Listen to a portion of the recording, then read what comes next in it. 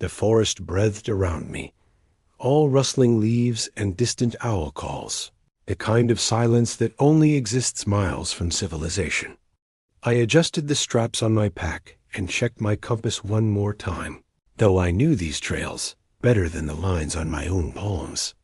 Blackwood Forest was my domain, had been for 3 years now. Ever since I traded the noise of the city for the peace of towering pines and moss-covered stones. My name is Finn Ashwood, and I'm what the Forestry Service calls a wilderness ranger.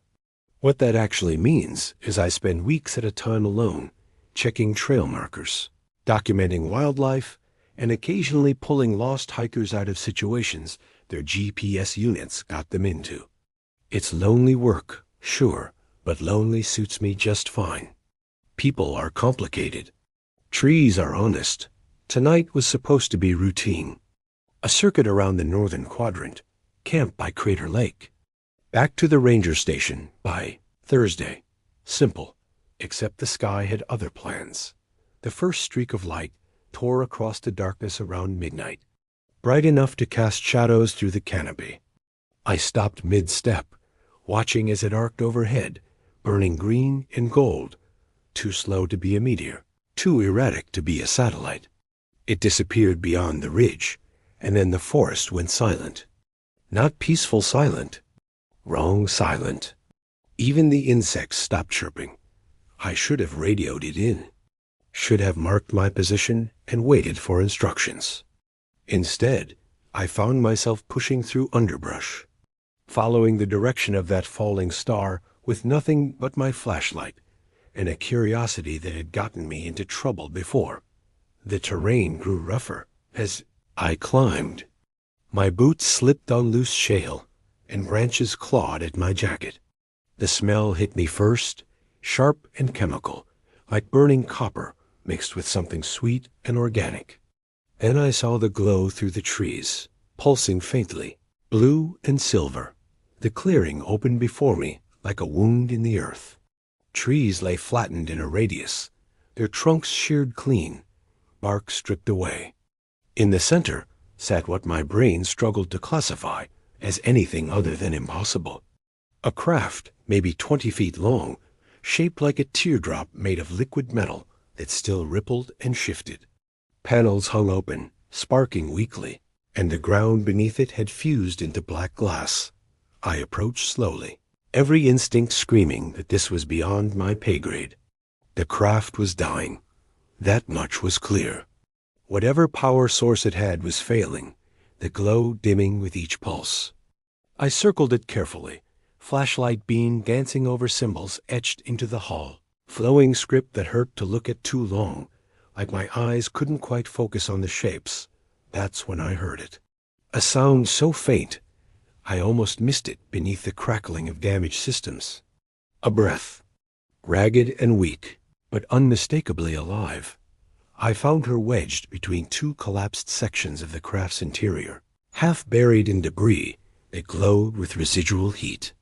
At first, my brain tried to make her human, tried to fit her into familiar categories, but the details refused to cooperate. She was tall, far taller than me, with limbs that seemed too elegant, too precisely jointed. Her skin held an opalescent quality, shifting between pale silver and soft blue in the dying light. Hair the color of starlight, if starlight could be tangible, spilled across her shoulders in waves, but it was the markings that stopped me cold. Luminescent patterns traced along her exposed skin, running down her arms and neck like living circuitry, pulsing weakly in time with her labored breathing. They were beautiful and alien, and utterly, terrifyingly real. Her eyes flickered open for just a moment. Large, almond-shaped, the color of deep amethyst, they fixed on me with an intensity that pierced straight through my shock. Her lips moved, forming words in a language that sounded like wind chimes in flowing water, musical and completely incomprehensible. Then her eyes rolled back and she went limp. Training kicked in before conscious thought could. I dropped to my knees beside her, hands moving automatically to check for injuries. Her pulse throbbed against my fingers when I found it, too fast, too light, like a bird's heartbeat.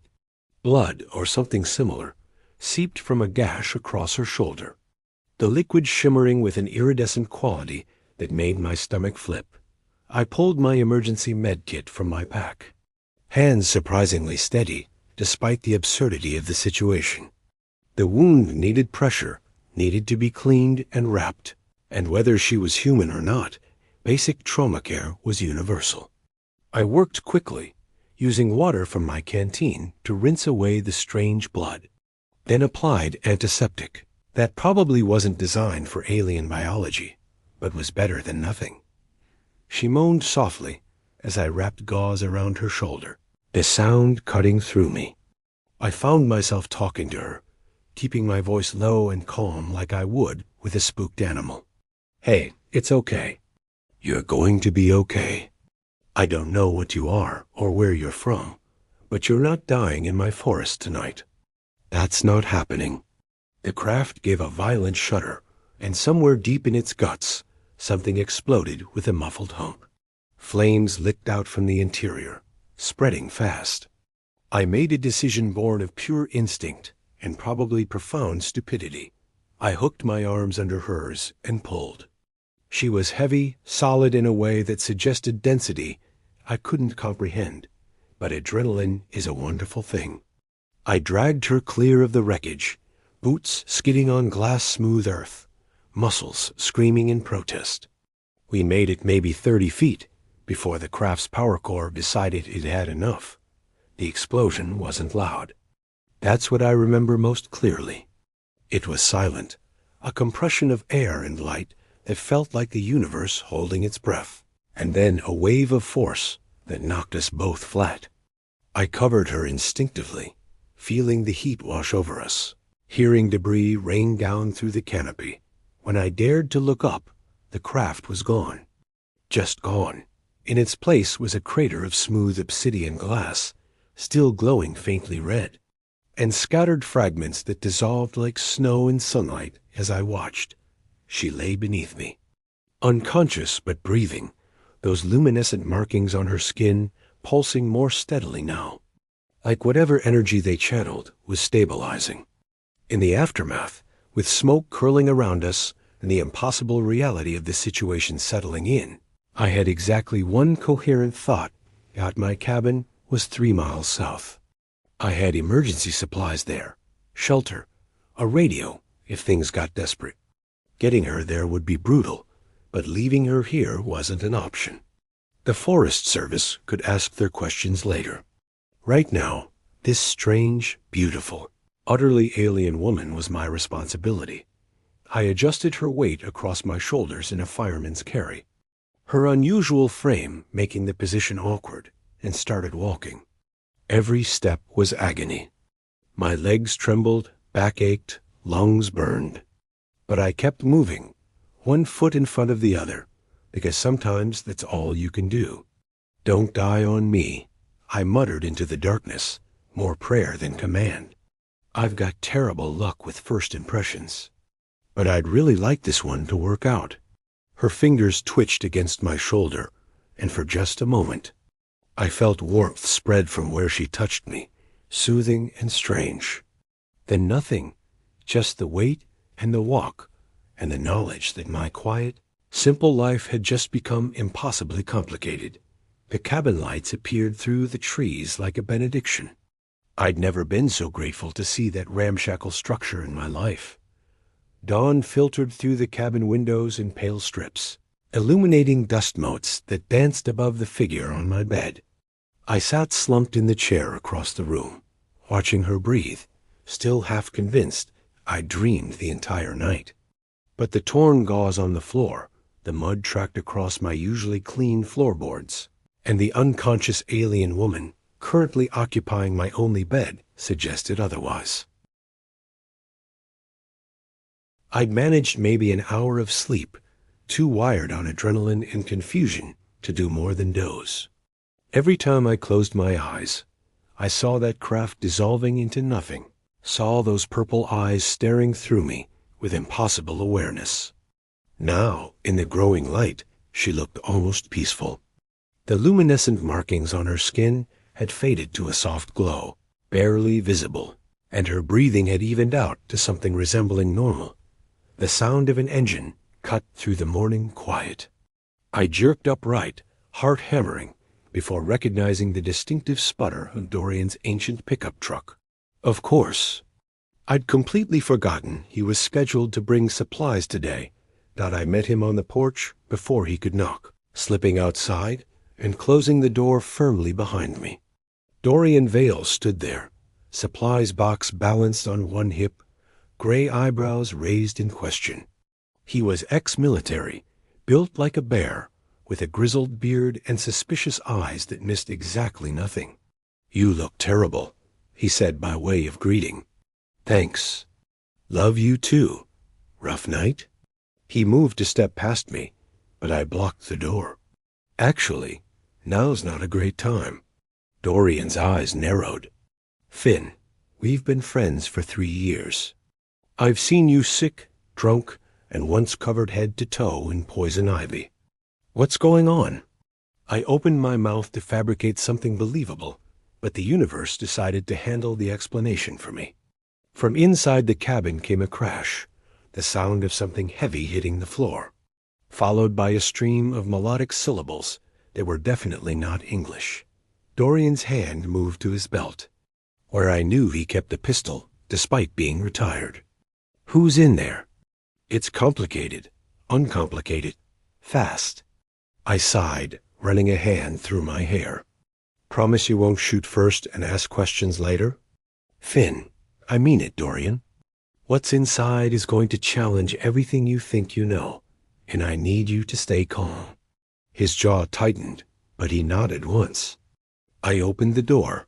Seraphine was standing in the middle of my cabin, looking around with wide eyes, like she'd never seen rough wood furniture before. She wore my spare shirt, which hung off her tall frame awkwardly, and she'd apparently knocked over my entire bookshelf in the process of standing. Books lay scattered across the floor like fallen leaves. She turned when we entered, and I watched Dorian's face cycle through disbelief, shock, and something that might have been wonder before settling on stony military assessment. "What?" he said carefully. "Is that?" "She," I corrected, moving slowly into the room. "And I found her last night. Her ship crashed in the northern quadrant." Seraphine's eyes fixed on Dorian, those purple depths calculating. Her markings flared brighter, and I saw her tense, ready to fight or flee. I held up both hands in what I hoped was a universal gesture of peace. "It's okay. Friend. He's a friend." She tilted her head, processing, then repeated slowly, "Friend." "Sweet mercy," Dorian breathed. "She's actually real. You found an actual alien. More like she crash-landed, and I pulled her from the wreckage. But yes, that's the general idea." Seraphine took a cautious step forward, studying Dorian with intense focus. Then, to both our surprise, she reached out and touched his chest, right over his heart. Her fingers glowed faintly, and Dorian flinched but didn't pull away. She closed her eyes, silent for a long moment, then opened them and nodded. "Good heart. Strong spirit." The words were heavily accented but clear. Dorian looked at me. "Did she just read me?" "I think so." "That's unsettling. Welcome to my morning." We spent the next hour in careful negotiation. Seraphine's grasp of English was improving rapidly, almost unnaturally so, as if she was downloading the language directly into her brain. She explained, haltingly, that her name meant something like burning light in her tongue, that she'd been traveling when her vessel malfunctioned, that she needed to contact her people. Dorian listened with his arms crossed, skeptical but engaged. When she mentioned her people, his frown deepened. "How many of your people are we talking about?" he asked. Seraphine's expression grew troubled. "Many, searching now. Dangerous if they think harm came to me." "Define dangerous," Dorian pressed. She made a gesture like an explosion, her markings flashing bright. "Very dangerous." "Fantastic," I muttered. So we're harboring alien royalty, and her family's probably going to glass the planet looking for her. Not royalty, Seraphine corrected. Ward of the Chancellor. Daughter by choice, not blood. That's not actually better, Dorian pointed out. She smiled slightly, the first real expression of warmth I'd seen from her. Chancellor Thorne is fierce but fair. He will understand once he knows truth. And what is the truth? I asked. She looked directly at me, and something in her gaze made my breath catch. That Finn Ashwood saved my life. That I owe debt beyond measure. Before I could respond, the radio on my shelf crackled to life. Static at first, then a voice, distant and distorted. Any station, this is Forest Service dispatch. We're receiving reports of unusual aerial activity in the Blackwood region. All rangers report in immediately. I moved to answer, but Seraphine's hand shot out, catching my wrist. Her grip was gentle but immovable. Not safe. They monitor communications. They who? Dorian demanded. The ones who hunt me. The temperature in the cabin seemed to drop. Outside, something hummed in the distance, a sound like mechanical insects, growing louder by the second. I went to the window. 3 objects moved above the tree line, sleek and angular, covered in the same shifting metallic surface as Seraphine's destroyed craft. But these were intact, purposeful, and they were headed directly for us. Dorian, we need to leave. Now. He didn't argue, just grabbed his supply box and started shoving essentials into his pack. Seraphine moved to the window beside me, her markings blazing bright with what I recognized as fear. Hunter drones, she whispered. They will not stop, will not negotiate. What do they want? I asked, though I already knew the answer. Me, and they will destroy anything in their path. The drones descended into the clearing in front of my cabin, hovering in perfect formation. Panels along their sides opened, revealing weapons that hummed with building energy. I had maybe 30 seconds before they started firing. Back door, Dorian barked. Through the ravine. We can lose them in the old growth section. We ran. The cabin exploded behind us. Not with fire, but with the same silent compression I'd witnessed at the crash site, the structure folding in on itself like paper in a fist. I didn't look back, just kept moving, branches whipping past, Seraphine's hand in mine, as she pulled me forward with strength that should have been impossible. The forest became our ally. We weaved between ancient trees, splashed through icy streams, climbed over fallen logs slick with moss. Behind us, the drones crashed through the canopy. Relentless, their hunting calls echoing like digital screams. Dorian led us deeper, to places where the forest grew so thick that sunlight barely penetrated, where the trees themselves seemed to lean in protectively. We stopped in a hollow beneath a massive oak, all 3 of us gasping for breath. How did they find you so fast?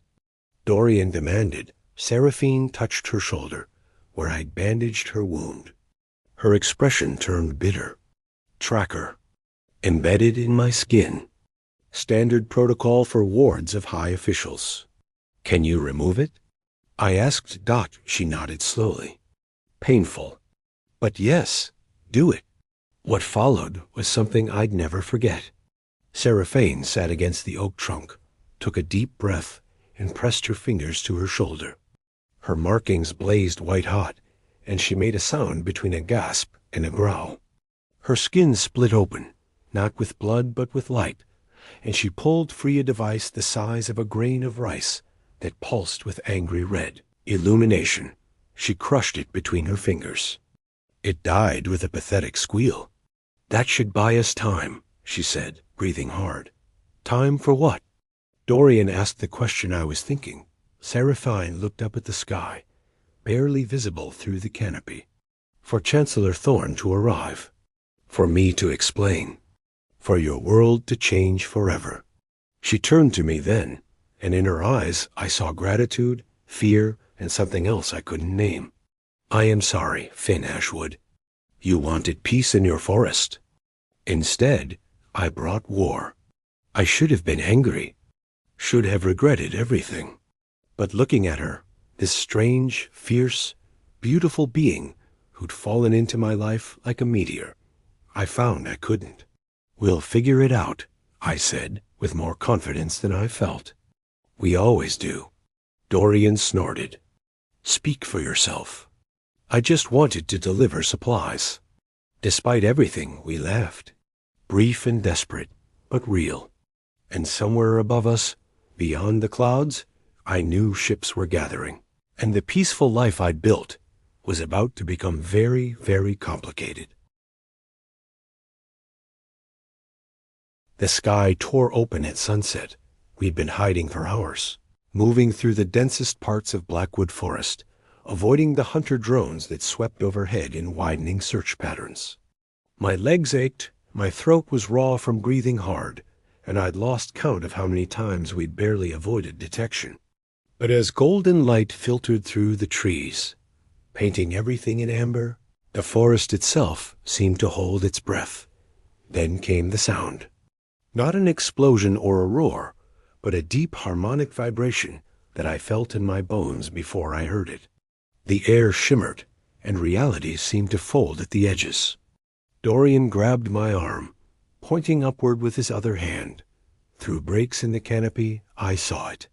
A vessel so massive, it defied comprehension, blotting out the evening sky like a second horizon. It didn't descend so much as manifest, bearing piece by piece, as if emerging from a dimension our eyes couldn't quite process. The hull was deep bronze and silver, covered in flowing symbols that shifted and changed, alive with meaning I couldn't grasp. That's not possible, Dorian whispered. Something that size shouldn't be able to enter atmosphere. It should tear itself apart. Seraphine stood beside us, and for the first time since I'd found her, she smiled fully. Not the careful expressions she'd shown before, but genuine joy mixed with relief. Her markings blazed bright, responding to the ship's presence like greeting an old friend. The endless horizon, she breathed. Chancellor Thorne's flagship. He came himself. Is that good? I asked nervously. That depends entirely on what we tell him. The hunter drones that had been pursuing us suddenly veered away, retreating toward the massive ship like children called home. From the flagship's underside, a beam of pure white light speared down, hitting the forest clearing a half-mile from our position. Where it touched, the ground transformed, fusing into a landing platform of smooth, dark crystal. Smaller craft detached from the flagship, graceful and purposeful, establishing a perimeter. Figures emerged from them, tall and elegant, wearing armor that flowed like liquid mercury. They moved with military precision, securing the area with efficiency that made Dorian nod approvingly, despite himself. We should go to them, Seraphine said, turning to face us, before they expand their search and find us in a way that looks suspicious. Define suspicious, I said. Armed soldiers discovering their chancellor's ward, hiding with unknown aliens in the wilderness. That kind of suspicious. Fair point. Dorian checked his pistol, then holstered it. I'm going on record saying this is a terrible idea. Noted, I replied. Let's go meet the in-laws. We emerged from the forest with our hands visible, moving slowly. Seraphine led, her posture straightening into something regal that I hadn't seen before, as if she was putting on a mantle of authority. The soldiers spotted us immediately, weapons rising. But Seraphine called out in her musical language, and they froze. One of them, taller than the rest with markings that suggested rank, approached cautiously. He stopped 10 feet away, scanning Seraphine with eyes that glowed faintly gold. Ward Seraphine, he said in accented but clear English. You are unharmed? I am well, Commander Jaster. Thanks to these humans. His gaze shifted to us, evaluating. The Chancellor will want to speak with them. I expected nothing less. We were escorted across the crystalline platform, toward what I can only describe as a throne room materialized from light. Walls solidified around us as we walked, forming a structure that was half building, half projection, decorated with flowing banners that moved without wind. At the center, on a seat that seemed carved from a single piece of amber, sat Chancellor Thorn. He was imposing in a way that had nothing to do with physical size, though he was tall, even by his people's standards. His face was angular and severe, marked by years of command, with eyes the color of distant storm clouds. He wore robes of deep crimson that shifted with inner light, and on his head sat a circlet of twisted metal that pulsed in time with his heartbeat.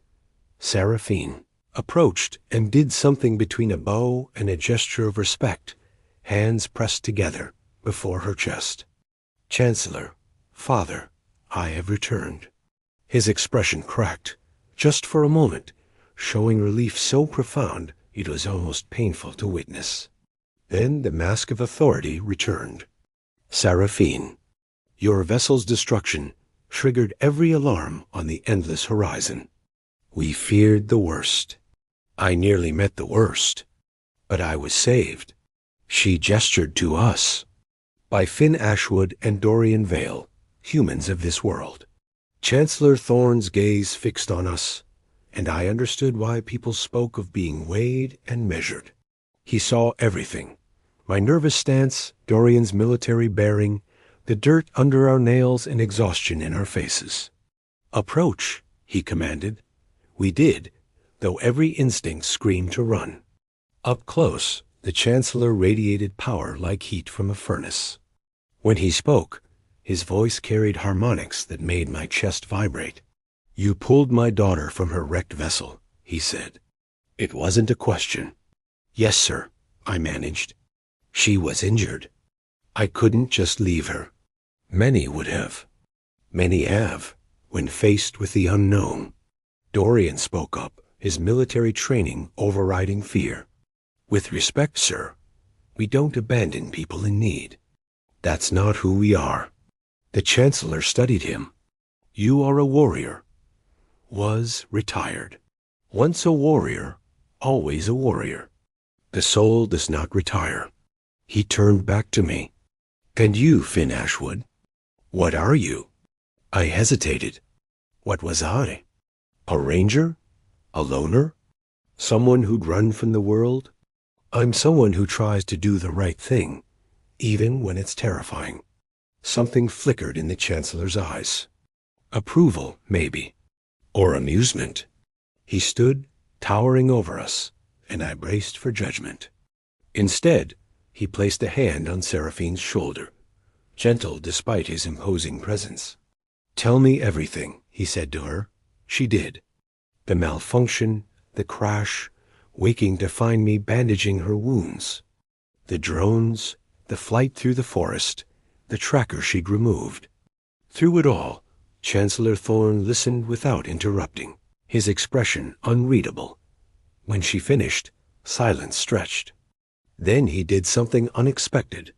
He laughed, deep and genuine, a sound that transformed his severe features into something almost warm.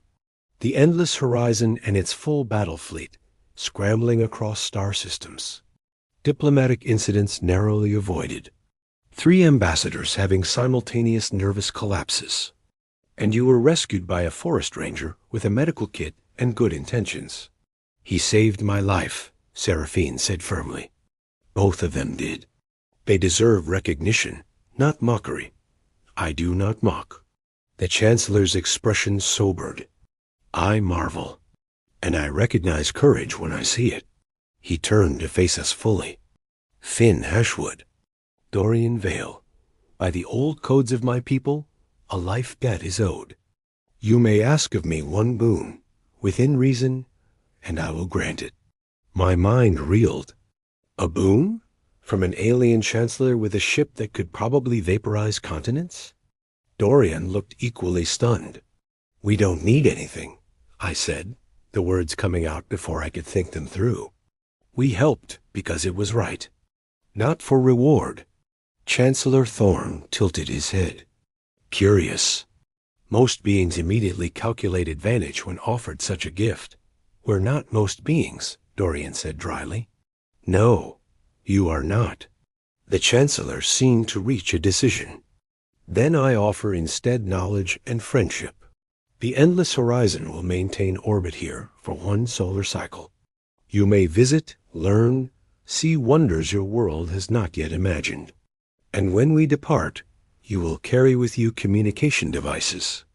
Should you ever have need, call, and we will answer. It was more generous than anything I could have imagined. I looked at Seraphine, found her watching me with an expression I couldn't quite read. Hope, maybe? Or sadness, can she stay? I asked impulsively. Just for a while? Before you leave? The Chancellor raised an eyebrow. You wish to spend more time with my ward? She's interesting. And I feel like we barely got to actually talk, what with all the running and hiding. Seraphine's markings flared bright, and she looked at her guardian with pleading eyes. Chancellor Thorne sighed, the sound of a father who knew he'd lost before the argument began. 3 days, he said, under guard, for her safety and yours. Then she returns to the endless horizon, and we continue our journey. Thank you, Seraphine and I said simultaneously, then looked at each other and smiled. Blah. Those 3 days became legend in my memory. Seraphine showed us her world through stories and small demonstrations of technology that seemed like magic. We showed her ours through campfires, terrible coffee, and Dorian's increasingly outrageous jokes. She laughed more easily each day, her formal demeanor cracking to reveal someone curious and kind and desperately lonely in her own way. On the final evening, we sat by Crater Lake, watching the endless horizon reflect on the dark water. Seraphine held the communication device the Chancellor had given me, turning it over in her hands. You will call? She asked quietly. Of course. Someone needs to tell you about pizza. It's a human delicacy. She smiled, but it didn't reach her eyes. I will miss this. Miss you. Both of you. We'll miss you too, Dorian said, surprisingly gentle. You're not bad for an alien princess. Not a princess, she corrected automatically, but without heat. When she stood to leave, to return to her people and her destiny among the stars, she hugged me. Brief but fierce, and I felt the warmth of her markings through my shirt, a parting gift of healing and memory. Thank you, she whispered, for seeing me as just Seraphine. Not a ward, not a symbol. Just me. That's all you needed to be, I replied. She pulled away, nodded to Dorian, and walked toward the waiting escort. At the edge of the trees, she turned back one last time, raised her hand in farewell, and then she was gone. Swallowed by light, the endless horizon departed at dawn, folding back into whatever dimension it had emerged from, leaving only ripples in the sky that faded like a dream. Dorian and I stood outside my destroyed cabin, looking at the communication device in my hand. Thinks you call? He asked. Yeah, I said, surprised by my certainty. I do. Your life will never be normal again, you know. I thought about that. About the quiet, simple existence I'd built, and how thoroughly it had been shattered. About purple eyes and luminescent markings and laughter that sounded like music. About friendship forged in crisis with beings from beyond the stars. Good, I said finally. Normal was overrated anyway. Somewhere above, beyond clouds and atmosphere, in the vast dark between worlds, I liked to think Seraphine was looking back. And maybe, just maybe, she was smiling too. The forest breathed around us, unchanged and eternal, keeping its newest secret close. And in my pocket, a device from another world waited patiently for the day when extraordinary would become ordinary, and the stars would feel just a little bit closer than before.